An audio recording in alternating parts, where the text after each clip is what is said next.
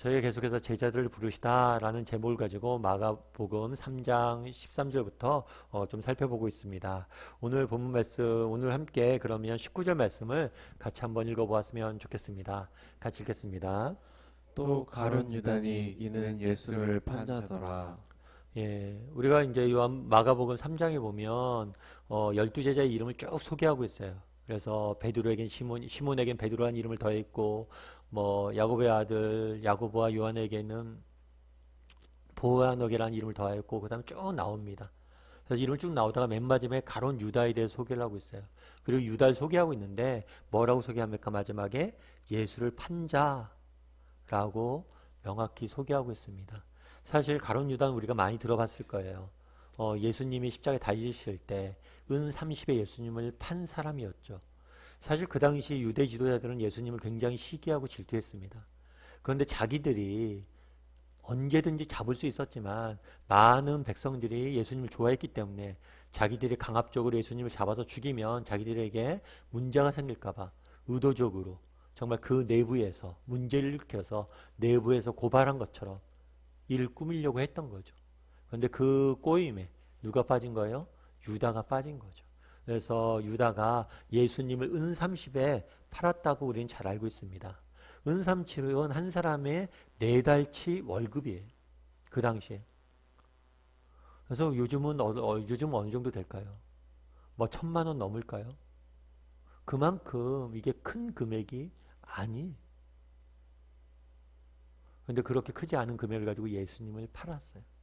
그래서 우리는 예수님을 판 가룟 유다로 많이 알고 있습니다. 그런데 과연 유다가 처음부터 그런 사람이었을까요? 원래 그랬던 사람일까요? 오늘 성경에는 유다에 대해서 자세히 소개하고 있지 않습니다. 그런데 가룟 유다라고 되어 있어요. 유다란 이름은 찬송이란 의미예요. 그래서 그 당시 유대인들이 많이 이 이름을 썼습니다. 하나님을 찬송하는 사람들. 그리고 자기 이스라엘 백성 자체의 정체성은 어디에 있냐면 하나님을 찬양하는 데 있었어요. 그래서 유다라는 이름을 굉장히 좋아했습니다. 그런데 이 유다라는 이름을 함부로 아무나 쓰진 않았어요. 지파들이 있었는데 유다 지파만이 유다라는 이름을 많이 썼어요. 근데 이 유다 지파는 어떤 지파였냐면 다윗에 속한 지파였고 그 다음에 예수님이 태어날 거라고 알려진 지파였어요. 그러니까 굉장히 좋은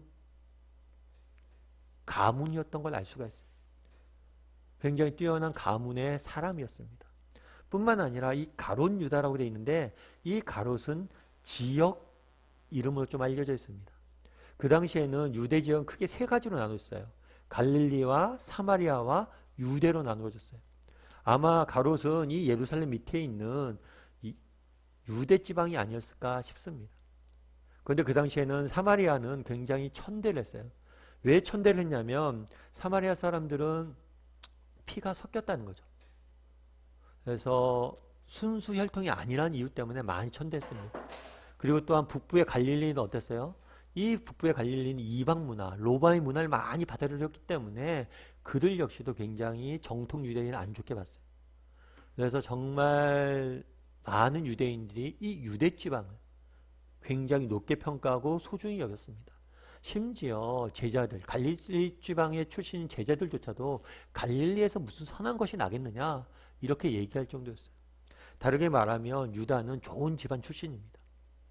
뿐만 아니라 유다는 지역적으로도 좋은 지역의 출신이에요. 게다가 가롯 지방의 출신, 나머지 제자들은 전부 다 갈릴리 지방 출신인데 유다는 유대 지방 출신이었던 걸 봐서는 아마 예수님을 따랐던 것도 초창기에 따랐던 것 같아요. 예수님께서 갈릴리에서 활동하기 전에 초창기에 유대 지방에 내려가서 세례를 받으시고 잠깐 활동을 하십니다.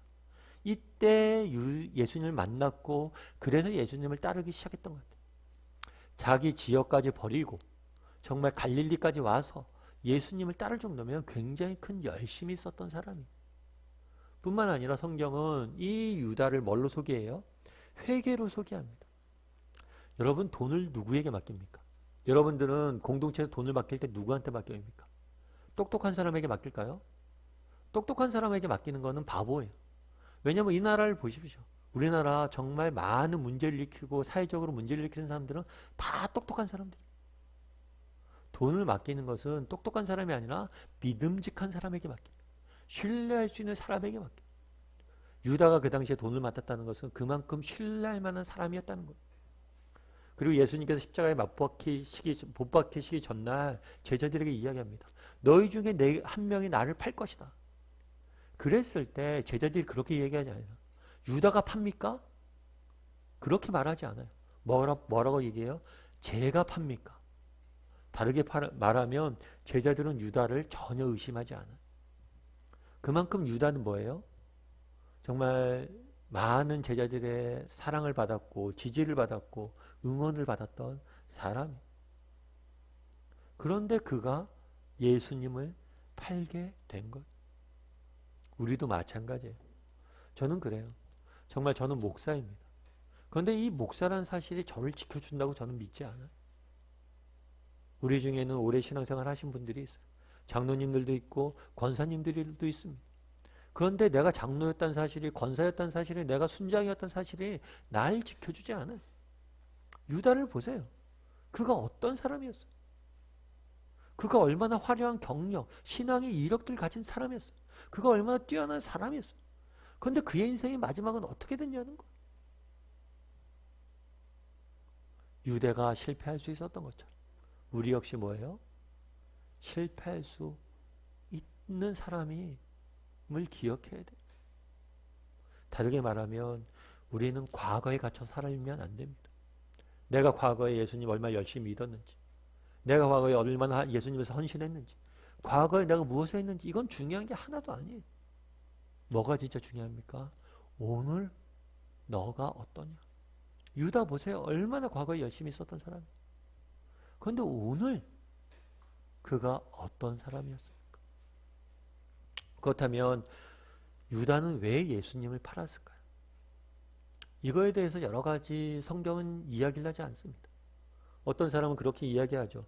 유다가 바랬던 메시아는 정치적인 메시아였던 것 같다. 이스라엘 해방시켜줄 정치적 메시아였는데 예수님은 그런 정치적 메시아가 아님을 깨닫고 팔았을 것이다. 이렇게도 이야기합니다. 그런데 알 수가 없어요. 왜 팔았는지. 그런데 우리가 분명히 알 수 있는 건 뭐예요? 팔았다는 거예요. 여러분, 무엇을 여러분들은 팝니까? 무엇을 여러분들은 팔아요? 가치 있는 것을 얻기 위해서 가치 없는 것을 팔아요. 요즘 뭐 중고나라 있죠. 중고나라 같은 데는 물건을 팔죠. 왜 팝니까? 이게 내가 더 이상 쓸모가 없기 때문에 적당한 가치만 주면 파는 거예요. 내가 무엇을 팔았다는 건 뭐냐면 그만큼 가치가 없다는 거예요. 다르게 이야기하면 유다는 처음에 예수님을 정말 따르는데 모든 것을 투자했던 사람입니다. 그런데 더 이상 예수님을 따를 만한 가치가 없다라고 판단이 된 거예요. 다르게 표현하면 유다의 우선순위에서 예수님은 밀린 거예요. 뭐보다 더 밀린 거예요? 4달치 월급보다 더 적은 위치로 밀린 거죠. 유다가 어떻게 예수님을 팔았습니까? 유다의 우선순위, 3위의 우선순위 가는데 점점 예수님이 밀려서 끝자락까지 간 거예요. 그런데 이런 위험은 우리에게도 있을 수 있죠. 우리도 어쩔 수 있습니까? 예수님이 내 삶의 우선순위에서 하나 밀려갈 수 있는 거예요. 여러분 한번 돌아봤으면 좋겠어요. 우리의 삶에서 예수님은 어떤 우선순위를 갖고 있는지, 그분은 어떤 위치에 있는지, 혹시라도 내 삶에서 예수님의 우선순위가 저 밑으로 가 있지는 않은지. 우리가 왜 아침 묵상을 할까요? 왜 아침에 첫 시간 하나님께 드립니까? 드리려고 노력을 해요. 반드시 첫 시간이어야 하는 이유는 없어요. 하지만 우리가 첫 시간에 처음 시작을 말씀과 시작하려는 이유는 뭐냐면 우선순위가 하나님께 있기 위해서 노력하는 것. 내 우선순위를 드리기 위해서 노력하는 것. 저는 한번 돌아봤으면 좋겠어요. 예수님은 내 삶 가운데 어느 정도 위치였는지.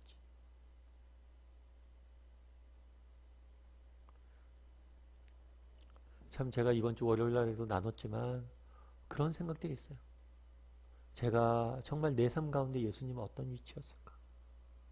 처음에 내가 예수님을 알고 청년부 시절 때 정말 예수님을 섬기고 정말 그냥 교회 나와서 봉사하고 교회 나오는 것 자체가 너무 기쁘고 즐거웠었는데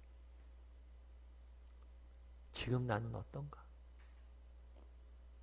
나는 혹시라도 그것들이 사라져 있진 않은가? 그래서 사실 저는 많이 기도합니다. 무엇을 기도하냐면 정말 끝까지 바울이 그런 얘기를 했잖아요. 내가 믿음을 지켰다. 에이, 목사인데 목사가 무슨 믿음을 지키는 게 그렇게 중요합니까? 아니요. 정말 끝까지 지키는 것. 그리고 내가 과거에 목사였다는 사실이 내가 과거에 무엇을 했다는 것이 나를 지켜주지 않을 거예요. 중요한 건 오늘 내가 어디로 가고 있는 거예요. 저는 신앙은 이렇게 많이 생각을 합니다. 강을 거슬러 올라가는 배에 많이 거슬러 올라가는 배에 많이 비유합니다. 배가 강을 거슬러 올라간다고 생각해 보십시오. 배가 가만히 있으면 어떻게 됩니까? 점점 뒤로 물러나죠. 그런데 배에 노를 젓고 그러면 어떻습니까? 조금이라도 조금씩 올라가고 있죠. 중요한 건 내가 어디 위치에 있냐가 아니에요. 내가 지금 어디로 가고 있냐고, 내가 얼만큼 어제보다 더 갔냐. 물론 우리 중에는 정말 내 예수님이 내 삶의 정중앙에 있다, 모든 것보다 최우선이다 라고 고백하기 어려운 사람도 있을 수 있어요. 근데 중요한 건 그런 게 아니에요. 중요한 게 현재의 모습이 아니라 내가 어디로 가고 있느냐. 바라기는 우리 다음의 식구들이 정말 오늘보다 내일 조금 더 주님 앞에 가까이 나가고 주님을 조금 더 내 삶의 우선순위로 모실 수 있는 사람들이 되었으면 좋겠어요. 그랬을 때 하나님께서 우리를 일하실 것입니다. 정말 오늘은 유다에 대해 살펴봤습니다. 정말 유다가 빠졌던 그런 위험이 내겐 없는지 돌아봤으면 좋겠고, 정말 오늘 하루 예수님은 내 삶의 우선순위 가운데 어디에 있느냐? 아니, 예수님은 내한테 얼마나 가치 있는 존재인가? 한번 돌아봤으면 좋겠어요. 정말 그 무엇과도 바꿀 수 없는 그런 존재인지, 어떤 존재인지, 내 예수님은 내 삶에서 어느 정도의 위치인지 돌아보고 예수님을 더 가까이 할 수 있는 오늘 하루가 되었으면 좋겠습니다.